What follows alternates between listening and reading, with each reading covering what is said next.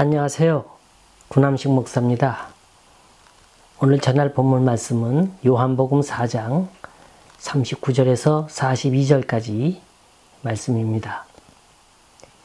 여자의 말이 내가 행한 모든 것을 그가 내게 말하였다 증언하므로 그 동네 중에 많은 사마리아인이 예수를 믿는지라.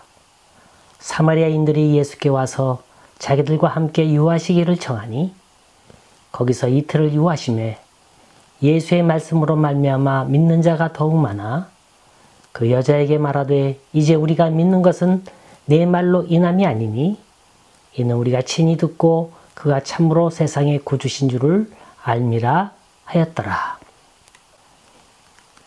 예수의 고품격 유머라는 책이 있습니다. 2009년 9월 1일 오피니언 커뮤니티에서 발행했고요. 이상준이라는 분이 이 책을 썼습니다. 유머는 닫힌 마음의 문을 여는 열쇠다. 유머가 없는 세상은 스프링 없는 마차와 같다. 이런 말이 있어요. 저자는 프롤로그에서 예수님은 유머 감각이 풍부했을 거라 말합니다. 만일 유머를 섞어가며 재미있게 이야기하지 않았다면 그렇게 많은 사람들이 구름처럼 몰려다니며 설교를 듣지 않았을 거라고 그렇게 주장을 합니다. 자, 우리가 보편적으로 생각하고 있는 예수님은 어떤 분입니까? 우리가 영화나 그림이나 사진을 통해서 본 예수님의 인상은 수염을 기르시고 파마 스타일의 머리카락을 갖고 계시고 약간 갸름한 얼굴에 뚜렷한 이목구비, 그런 진지하고 심각한 예수님의 얼굴만 생각했지 그분께서 유머를 구사하시면서 친근감 있게 복음을 전하셨다는 생각 별로 안 하셨을 거예요. 제가 성경 읽는 방법 하나 말씀드릴게요. 우선 고정관념과 경직된 사고에서 벗어나세요. 허나 말씀의 핵심만은 꽉 붙잡고 절대 놓지 마시기 바랍니다. 말씀의 핵심에서 벗어나지 않는 범위라면 얼마든지 상상의 나래를 펼칠 수 있는 거예요. 그러면 정말로 말씀이 재밌게 풀리고요. 성경 말씀의 참맛을 느낄 수 있게 될 겁니다. 예를 들어서 예수님이 처음으로 제자들을 불러 모으는 장면입니다. 갈릴리 바다에서 베드로와 안드레가 그물을 던지고 있었어요. 예수님이 그들에게 다가가 말을 겁니다. 물고기를 많이 낚았소? 오늘은 별로 많이 안 잡힌대요. 베드로가 퉁명스럽게 대답합니다. 여기서 물고기를 잡은 지가 얼마나 오래됐소? 베드로와 안드레는 힐끗 예수를 돌아보더니 그물을 손질하며 대답을 합니다. 우리는 태어나서 지금까지 평생 물고기만 잡아왔습니다. 그렇다면 물고기 낚는 실력은 끝내주겠군요. 예, 물고기 낚는 데는 저희들이 이 갈릴리 호수 근방에선 최고입니다. 베드로와 안드레가 쑥스러운 듯이 그렇게 말합니다. 훌륭합니다. 예수가 자신들을 지켜 세우자 두 사람의 목소리에서 이방인에 대한 경계심이 다소 누그러집니다. 그런데 선생님께서는 저희에게 뭘 원하십니까? 물고기를 잘 낚으시는 그 두 분, 날 따라오시오. 이제부터는 사람 좀 낚아보시오. 네? 뭐라고요? 물고기가 아니라 사람을 낚아요? 하하하하. 베드로와 안드레는 유쾌한 웃음을 터뜨립니다. 어때요? 재밌는 전개 아닙니까? 이건 의미 없는 웃음, 단순한 우스갯소리가 아닌 거예요. 내 대화의 상대자와 눈높이를 맞추는 겁니다. 평생 글 한 줄 읽어본 적 없는 무식한 어부들에게 생전 듣도 보도 못한 복음을 전하라, 말씀을 증거하라 그러면 그게 쉽게 먹혀 들어갈 수 있겠습니까? 새 일에 대한 흥미는커녕 두려움마저 가졌겠지요. 예수님이 사용한 유머는 어부였던 그들과 예수 사이의 공감대를 형성시켰습니다. 이렇게 예수님의 유머는 우리와 눈높이를 맞춰주고 잠재 능력을 각성시켜주고 삶의 방향을 제시해주고 치유를 해주는 고품격 유머라는 게 이 저자의 생각입니다. 오늘 말씀은 그런 각도에서 풀어봤습니다. 오늘 말씀의 제목은 예수님 때문에, 더 자세히 말하면 예수 만난 기쁨 때문에입니다. 예수는 우리에게 웃음을 주시는 분이에요. 기쁨을 주시는 분입니다. 예수님 만나서 신나고 좋아야지 심각하고 고민해서 해야 되겠습니까? 오늘의 키워드는 예수님을 진정 만나기만 하면 우리의 삶이 변한다는 거예요. 예수 만난 기쁨 때문에, 예수 만난 감격 때문에 내가 변하고, 내 가정이 변하고, 내 교회가 변하고, 내 이웃이 변하고, 내가 사는 공동체가 변해야 되는 겁니다. 유명한 영국의 여류작가 엘리엇 졸지는 말하기를 인간은 5가지 감옥에 살고 있다 그럽니다. 첫째, 자기 사랑이라고 하는 감옥. 둘째, 근심이라고 하는 감옥. 셋째, 과거 생각에 매여 있는 향수라고 하는 감옥. 넷째, 다른 사람들의 일만 좋게 보려고 하는 선망의 감옥. 마지막 5째, 증오와 시기의 감옥에 살고 있다는 거예요. 그래서 모두가 이 감옥에서 벗어나려고 몸부림치면서 살고 있다는 겁니다. 근데 중요한 건 누가 이 사람들을 감옥에서 구원할 수 있겠느냐? 아무것도 없다는 거죠. 돈도, 권력도, 명예도, 인기도, 아름다움도, 건강도, 그 어느 것도 우리를 자유롭게 할 수는 없는 겁니다. 이 감옥에서 벗어나려면, 스스로가 얽매고 있는 올무에서 벗어나려면 오직 예수를 만나야 합니다. 예수 때문에 살아야 되고, 예수 때문에 기쁨이 있고, 예수 만난 그 기쁨 때문에 보람을 찾아야 비로소 자유인이 될 수 있는 거다. 이렇게 말합니다. 이제 본문 말씀을 풀어볼게요. 예수님 당시에 유대나라는 3지역으로 구분되어 있었습니다. 북쪽은 갈릴리라 그렇게 불렀는데 주로 갈릴리를 중심으로 해서 어부들, 주로 부자가 아닌 보통 사람들이 모여서 사는 그런 지역이었어요. 그 아래 중부지방을 사마리아 지방이라 부릅니다. 그곳은 외국 사람들과 결혼한 분들이 많이 살았어요. 또 그 아래 유다라는 지방이 있었는데 거기는 수도인 예루살렘이 있었기 때문에 정치, 경제, 문화, 종교의 중심지였습니다. 때문에 성전도 유다 중심에 있었죠. 그래서 자연히 유다 지방의 사람들은 자존심이 대단했고 또 남을 얕잡아보는 그런 경향이 많았어요. 근데 중요한 건 사마리아 사람들을 대하는 남쪽 지방의 유다 사람들의 시각에 문제가 있다는 거예요. 이 유대인들은 사마리아에 사는 사람, 이 사람들을 구원받지 못할 사람, 이방인과 같은 사람, 피가 섞인 사람, 그래서 천대하고 멸시했습니다. 예를 들어서 북쪽 갈릴리 지방을 가려면 사마리아를 통과해야 되거든요. 이게 직통 코스예요. 그런데 자존심 때문에 사마리아 동네를 거치지 않고 외곽도로나 순환도로를 통해서 빙 돌아가지고 갈릴리로 가곤 했습니다. 한마디로 독선과 편견이 꽉 찬 사람들이었죠.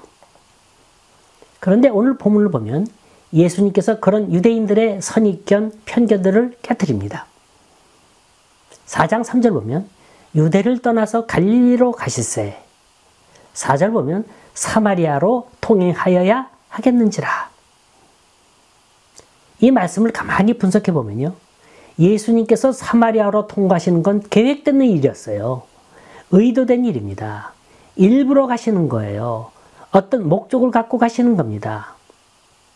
시간이 없어서 지름길로 가기 위해서 가는 게 아니라 어떤 목적이 있었어요. 무언가를 가르쳐주고 싶었습니다. 다른 사람들의 비난, 체면 따위 이런 건 문제가 되질 않았습니다.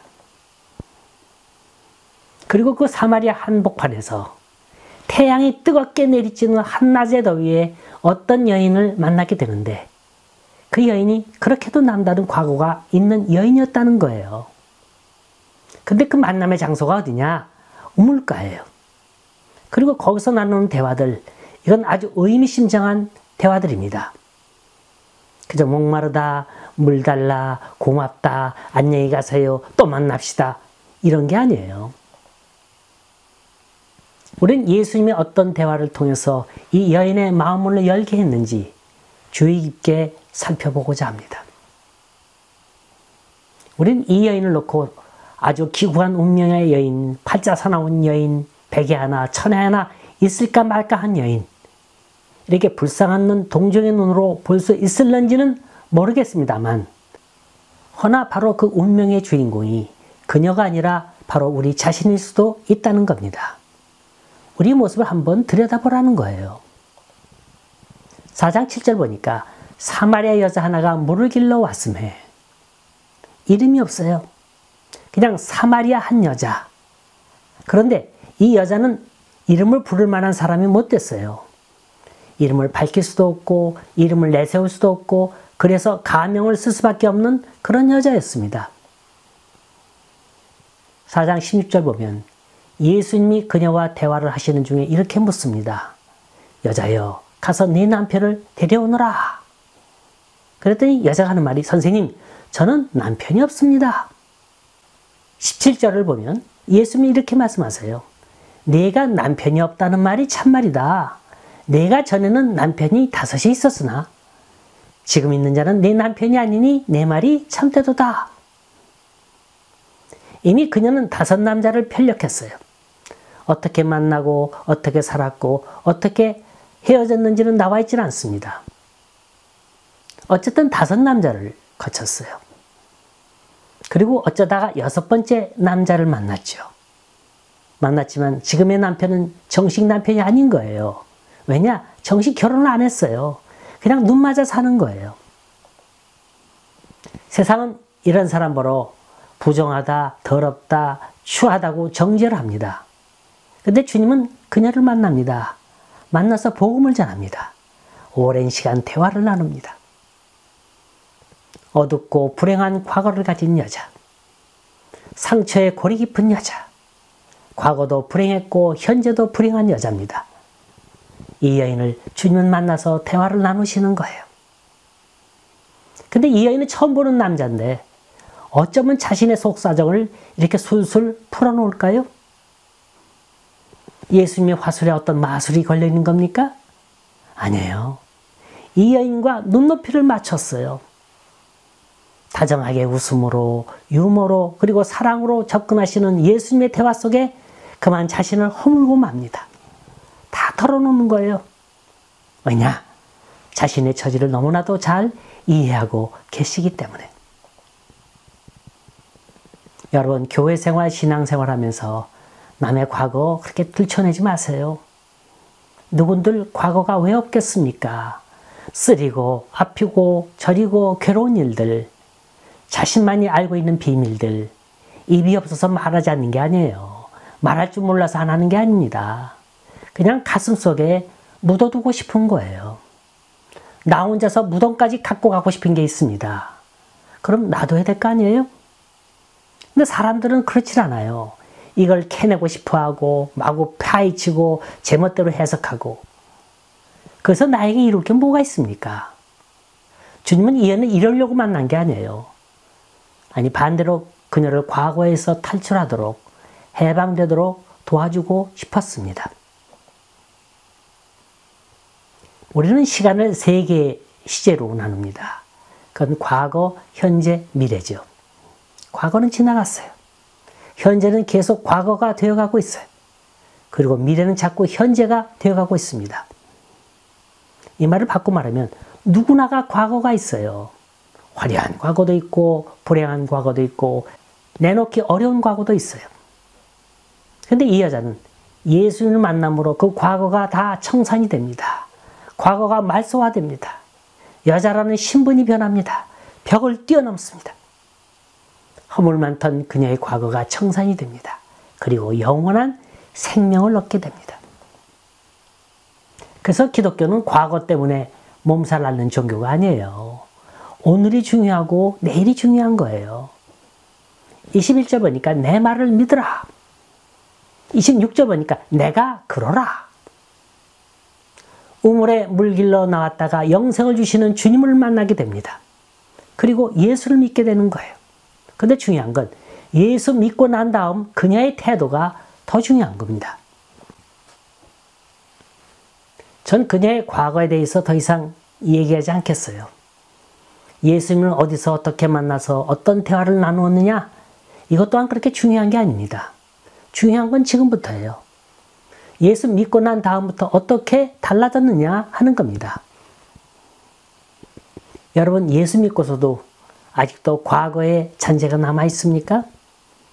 아직도 그 못된 버릇, 못된 습관, 못된 행위들을 떨쳐버리지 못하고 있습니까? 그래서 그 버릇 때문에, 그 습관 때문에 나도 애먹고 가정이 시끄럽고 온통 뭔가 뒤죽박죽 되어 가지 않나요? 신앙은 결단이에요. 버릴 건 버리고 자를 건 자르는 거예요. 그래야 새살이 돋고 희망이 솟고 미래가 보이는 겁니다. 자, 이 사마리아 여인을 보세요. 무엇이 어떻게 달라졌나? 첫째, 그녀는 물동이를 버려두고 동네로 들어갔어요.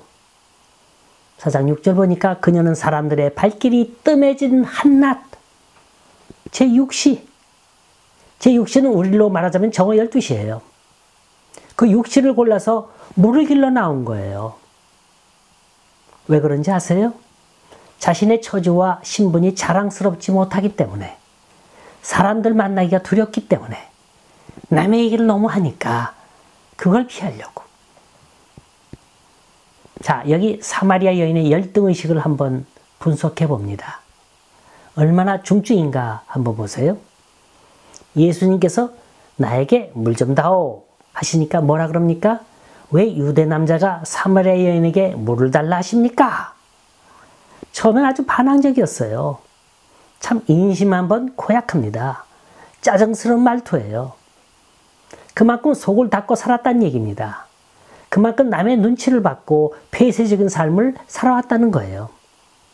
그런 그녀가 생명의 물이신 예수님을 만났습니다. 만나고 난 다음에 재미있는 일들이 벌어집니다. 그 물동이를 버려두고, 이 버려두고라는 동사예요. 물동이는 그녀의 삶이었어요. 그날 하루의 목적이었습니다. 이 물동이에 물이 가득 차 있어야 남들이 보지 않는 곳에서 자신의 삶을 살 수가 있는 겁니다. 그런데 이 물동이를 버려뒀다는 거예요. 그리고 나서 어디로 황급히 갑니까? 동네로 들어갑니다. 사람이 겁나서 낮에 물 길러 나온 여자예요. 사람 만나기가 싫었던 여자입니다. 그런데 자기가 피해 살았던, 자기가 단절하고 살았던 동네에 가서 사람들을 만나는 거예요. 왜? 너무 기뻐서, 그 감격, 그 은혜를 주체할 수가 없어서. 이 얼마나 놀라운 변화입니까? 은혜 받은 감격, 예수를 만난 경험이 있는 사람은 감격이 차고 넘칩니다. 그 기쁨과 감격을 주체할 수가 없는 거예요. 여러분, 20, 30년 교회를 들락거리고 목사되고 장로되고 집사되고 권사됐는데 왜 감격이 없는가? 왜 감격이 없습니까? 왜 예수 믿는 횟수하고 감격이 반비례합니까? 더 많아져야 하는 거 아니에요? 그런데 예수 믿고 교회에 들락거리는 횟수가 많을수록 감격이 줄어드는 거예요. 이거 참 못 고칠 병입니다. 안 고치면 죽을 병이에요. 빨리 고쳐야 합니다. 주님을 만나면 물동이가 문제가 아닌 거예요. 내가 구원받은 증거는 평안합니다. 기쁘고 감격스럽기가 짝이 없습니다. 감격이 차고 넘치는 거예요. 오늘 본문에 나오는 이 여인은 자신에게 호감을 주는 분을 만났어요. 웃으면서 다정하게 다가와주고 자신의 모든 얘기를 들어주는 분에게 마음을 열었습니다. 그녀는 갖고 있는 모든 자존심의 벽을 허물었어요. 그랬더니 뜻밖에도 구원이라고 하는 놀라운 선물을 받게 됩니다. 예수 믿고 오는 감격, 예수 믿고 오는 기쁨, 예수 믿고 오는 평안을 어디다 비교할 수 있겠습니까? 세상 그 무엇과도 바꿀 수가 없고 세상 어디에도 견딜 수가 없고 이 감격은 말할 수가 없는 거예요. 왜? 하나님이 주시는 평안이기 때문에. 내가 너희에게 평안을 준다. 이 평안은 세상이 주는 것과 같지 않다. 이 예수님 때문에 이런 평안이 차고 넘칠 수 있기를 간절히 바랍니다. 두 번째는 예수를 전했습니다. 29절 보면 나의 행한 모든 일을 내게 말한 사람을 와서 봐라. 이는 그리스도가 아니냐. 목소리 외쳐 전합니다. 이젠 더 이상 숨어 살던 여자가 아니에요. 자기의 정체를 드러냅니다. 소극적이지 않습니다. 적극적으로 변했어요. 세상 것만 추구하던 가치관이 변해서 영원한 걸 추구하기 시작합니다. 영혼을 사모합니다. 영혼을 그리워합니다. 체면 때문에, 자존심 때문에, 죄책감 때문에 고뇌하며 살던 여자가 이제는 떳떳하게 자기 머리를 들고 예수를 증거하기 시작합니다. 사람이 변하는 거예요. 사람이 달라지는 거예요. 좀 이렇게 변해야 합니다. 예수 만나면 떳떳해집니다. 당당해집니다. 기분이 좋습니다. 삶에 신바람이 납니다. 그래서 할 말이 많아져요. 예수 얘기해야 되거든요. 이게 예수 믿고 예수 만난 사람들의 모습인 거예요. 여러분 예수님 만났습니까? 그렇다면 예수님 부끄러워하지 마세요. 그 예수님을 자랑하세요. 세 번째는 많은 사람들이 예수님을 믿게 됐습니다. 본래 사마리아라고 하는 동네는 예수 믿기가 어려운 동네예요. 왜냐? 옛날부터 황금 송아지 만들어 놓고 섬기던 동네였거든요. 우상을 숭배했어요. 그만큼 예수 믿기가 어려웠어요. 그런데 그 여자 하나 때문에 그 동네 사람들이 예수를 믿기 시작하는 거예요. 30절 보니까 저희가 동네에서 나와 예수께로 오더라. 39절 보면 그 동네 중에 많은 사마리아인들이 예수를 믿는지라. 그리고 예수께로 오더라. 나 때문에 예수를 믿게 되는 거예요. 그 여자 때문에 사마리아인들이 예수를 믿게 되는 겁니다. 그 사마리아 여인의 증거 때문에 그 동네 사람들이 예수님께로 나오게 됐습니다. 예수를 믿습니다. 요한복음 12장 11절 보니까 나사로 까닭에 많은 유대인들이 믿더라. 그렇게 기록하고 있어요. 자, 사마리아 여인 때문에 동네 사람들이 예수를 믿습니다. 나사로 때문에 유대인들이 예수를 믿습니다. 이게 무슨 얘기예요? 그럼 나는 뭐예요? 나 때문에 예수 믿는 사람이 있어야 될 거 아닙니까? 과연 있습니까? 없습니까? 나 때문에 그 사람이 교회에 나옵니까? 아니면 반대로 교회에서 나갑니까? 나 때문에 시험이 듭니까? 아니면 나 때문에 은혜를 받습니까? 나 때문에, 나사로 때문에, 사마리아 여인 때문에 예수를 찾아야 돼요. 예수를 만나야 합니다. 네 번째 결론은 예수님 때문입니다. 우리는 예수님 때문에 예수 믿는 거지 나 때문에 예수 믿는 거 아니에요. 우리는 여기서 중요한 진리를 찾아야 됩니다. 뭐냐면 내가 내 형제나 친구나 부모를 설득하고 감화를 줬기 때문에 그가 예수를 믿는 게 아니에요. 오히려 내 바른 모습을 보여주는 겁니다. 그를 위해서 작정하며 그를 위해서 기도하고 그에게 예수를 전하는 데까지만 하면 됩니다. 그럼 예수 때문에 그가 예수를 믿는 거예요. 그래서 결과를 걱정할 필요 없습니다. 미리 생각할 필요도 없고요. 겁낼 필요도 없고요. 걱정할 필요도 없는 거예요. 내가 할 일은 믿고 작정하고 기도하고 전하는 겁니다. 물동이를 버려두고 동네에 들어간 여자처럼 아예 자존심 버리고 내 체면 버리고 예수 그리스도를 증거해야 되는 거예요. 예수가 부끄럽습니까? 예수가 뭘 잘못했나요? 근데 왜 주저합니까? 왜 용기를 내지 못합니까?